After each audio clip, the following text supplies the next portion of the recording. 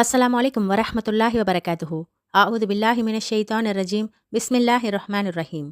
அளவற்ற அருளாளனும் நிகரற்ற அன்படியுமாகிய அல்லாஹ்வின் திருப்பெயரைக் கொண்டு ஆரம்பம் செய்கின்றோம். நாம எல்லாரும் நல்ல முஸ்லிமா இருக்கணும், நல்ல முஸ்லிமா மாற முயற்சி பண்ணணும் அப்படின்னா இந்த 10 டிப்ஸுகள் உங்களுக்கு ரொம்பவும் உதவியா இருக்கும்.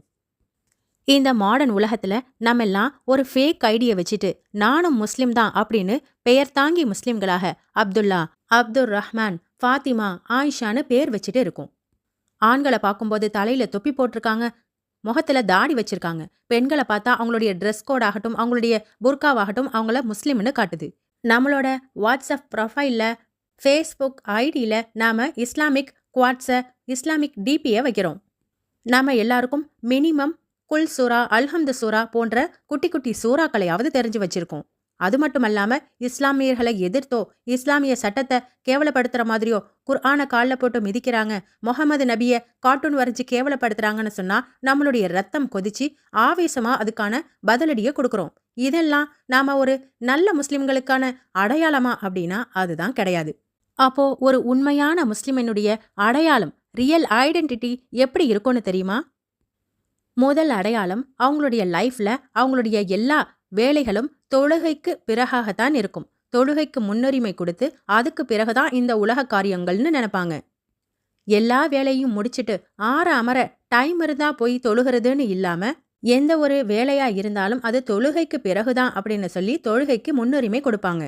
ரெண்டாவது அடையாளம் அவங்களுடைய கேரக்டர்ல. ஒரு நல்ல முஸ்லிம் அவர் பப்ளிக்ல இருந்தாலும் சரி, பிரைவேட்டா இருந்தாலும் சரி, தனிமையிலையோ அல்லது கூட்டத்தோடு இருந்தாலுமோ அவங்களுடைய கேரக்டரை நல்ல முறையில் மேம்படுத்தி வச்சிருப்பாங்க. ஒழுக்கத்தை பேணி நடப்பாங்க. ஒரு மனுஷன் கூட்டமாக இருக்கும்போது தவறு செய்யலைன்னா அவர் நல்லவரா ஆக மாட்டார். தனிமையில் இருக்கும்போது தவறு செய்ய வாய்ப்பு கிடைக்கும் போதும் தவறிலிருந்து விலகி இருப்பவர் தான் ஒரு நல்ல முஸ்லிம். மூணாவது அடையாளம் ஹலால் விஷயத்துல கேர்ஃபுல்லா இருப்பார். ஹலால் ஹராம பேண்றது முக்கியமா அல்லது ப்ராஃபிட் முக்கியமா அப்படின்னு பார்த்தா ப்ராஃபிட்டை விட, லாபத்தை விட எனக்கு ஹலாலை பேண்றது தான் முக்கியம்னு நினைப்பாங்க. இதுக்காக தான் ரொம்பவும் விரும்பினதை இழக்க தயாராவாங்க. அல்லாஹ் தடுத்தது எவ்வளோ சிறப்பா இருந்தாலும் அதை மறுக்கவும் தயாராவாங்க. நாலாவது அடையாளம் இரக்க குணத்தோடு இருப்பாங்க. அல்லாஹ்வுக்காக, அவனுடைய திருப்பொருத்தத்தை பெறணுங்கிறதுக்காக மனிதர்கள் செய்யக்கூடிய தவறுகளை அல்லாஹ்வுக்காக மன்னிப்பாங்க. இன்னைக்கு இன்னொரு அடியானுடைய பாவத்தை நான் மன்னிச்சா நாளை மறுமையில அல்லாஹ் என்னுடைய பாவத்தை மன்னிப்பான் அப்படிங்கிறதுக்காகவே இந்த செயலை செய்வாங்க. அஞ்சாவது அடையாளம் நாவை பேணிக் கொள்வாங்க. தன்னுடைய ஈகோவை அடக்கிக்குவாங்க. அன்கண்ட்ரோல்டா இந்த நாவு பேசுறதின் மூலம் இந்த உலகத்துல நாம பல பிரச்சனைகளை விலைக்கு வாங்க முடியும். அதே சமயத்துல பேசினா தீராத விஷயமே கிடையாது. ஆனா சில தருணங்கள்ல நாம பேசாம இருக்கிறது பல பிரச்சனைகளை வரவிடாம நம்மள காக்கக்கூடியதாகவும் இருக்கும். அப்போ நாவை பேணிக்கிறது ஒரு நல்ல முஸ்லிமினுடைய அடையாளமா இருக்கு. ஆறாவது அடையாளம் உண்மைக்கு துணை நிற்பாங்க. தன்னுடைய வாழ்க்கையை ஒரு பேலன்ஸ்டு லைஃபா நடத்துவாங்க. இஸ்லாம் அவங்களுக்கு எதனை சட்டமாக்கியிருக்கோ அதனை அப்படியே ஃபாலோ பண்ணுவாங்க. அதிலிருந்து பின்வாங்கவோ அல்லது ரொம்ப எக்ஸ்ட்ரீமா போறதோ அவங்க கிட்ட இருக்காது. உதாரணத்துக்கு அல்லாஹ்வுடைய தூதரை நான் நேசிக்கிறேன் அப்படிங்கிறத தாண்டி அவங்கள அளவு கடந்து நேசிக்கிறேங்கிற பேர்ல மீலாது விழா கொண்டாடுறது, மௌலதுகளை ஓதுறதுன்னு சொல்லி ரொம்ப எக்ஸ்ட்ரீமான லெவலுக்கு போயிடுவாங்க. அல்லாஹ் நம்ம சமுதாயத்தை பத்தி சொல்லும்போது வகதாலிக ஜஅல்னாக்கும் உம்மத்தவ் வஸதா, நம்மள அல்லாஹ் தஆலா நடுநிலை சமுதாயமாக நம்மள ஆக்கியிருக்கிறதா சொல்றான். இந்த நடுநிலை அப்படிங்கிறதுனா என்ன? ஆத்துல ஒரு கால் சேத்துல ஒரு கால்னா அப்படி இல்ல. உண்மை எதன் பக்கம் இருக்கோ அதன் பக்கம் நிக்கிறது தான் நடுநிலை சமூகம். உண்மையின் பக்கம் ரொம்ப கம்மியான சொற்ப மக்கள் தான் நிக்கிறாங்க, குவான்டிட்டி ரொம்ப கம்மியா இருக்குனாலும் அவங்க உண்மையின் பக்கமே நிப்பாங்க. ஏழாவது அடையாளம் எல்லாத்துக்குமே மறுமையை முன்னிறுத்தி பேசுவாங்க. நம்ம செய்யக்கூடிய நல்ல அமல்களின் மூலம் மறுமையில என்ன பயன் கிடைக்கும், இந்த தேவையில்லாத காரியத்துல இப்படி பிடிவாதம் பிடிக்கிறதுனால மறுமையில நமக்கு ஏதேனும் பாதிப்பு ஏற்படுமான்னு சொல்லி மறுமையை யோசிச்சு செய்வாங்க. இந்த உலகத்துல வசதி வாய்ப்போட இருக்கணும், வேர்ல்ட்லி ப்ராஃபிட்லேயே கவனம் செலுத்தணும், ஒரே பாட்டுல கோடீஸ்வரனா மாறிடணும் அப்படிங்கிறத தாண்டி இன்மையிலையும் நல்லா இருக்கணும், மறுமைக்கான சேமிப்பையும் நான் சேர்த்து வச்சுக்கணும்னு சொல்லி மறுமையை நோக்கி அதுக்கான சேமிப்புக்கு தயாராவாங்க. எட்டாவது அடையாளம் ரெஸ்பான்சிபிலிட்டி, பொறுப்புகளை ஏத்துப்பாங்க. அதனை எஸ்கியூஸ் சொல்லி தட்டி கழிக்க மாட்டாங்க. அதாவது நான் என்ன பண்ண முடியும், நான் எப்படி இதை சரி பண்ண முடியும் அப்படின்னு சொல்லி பொறுப்பிலிருந்து விலகி கொள்ள மாட்டாங்க.